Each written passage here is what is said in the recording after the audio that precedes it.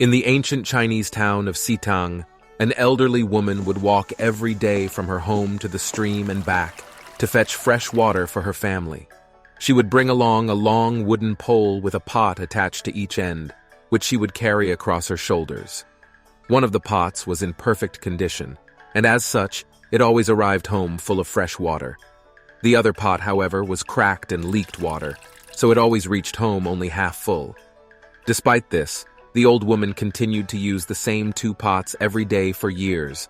The perfect pot was proud of its accomplishments, but the cracked pot was ashamed of its imperfection and felt miserable about its failure.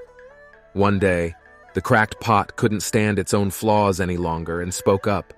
"I'm ashamed," it said. "This crack in my side causes water to leak out. Every day you take me to the river, and every day I return home only half full.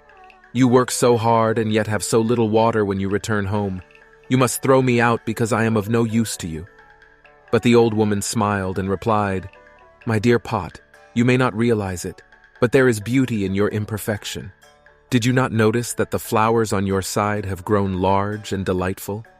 I have always known about your crack, so I planted flower seeds on your side of the path. Every day, while we walked back from the stream, you watered those seeds and helped them grow. For years, I have been able to pick those beautiful flowers to decorate my family's table and share them with my neighbors. Were you not the way you are, we would not have had this special beauty to grace our home and lives. There is so much beauty in imperfection." The cracked pot reminds us that even when we feel like we're not good enough, we can still make a positive impact in the world around us. We are all imperfect in some way, but it is our imperfections that make us unique and special.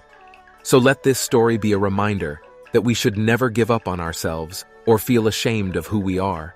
Instead, we should embrace our flaws and recognize the beauty in them, using it to make a positive difference in the world.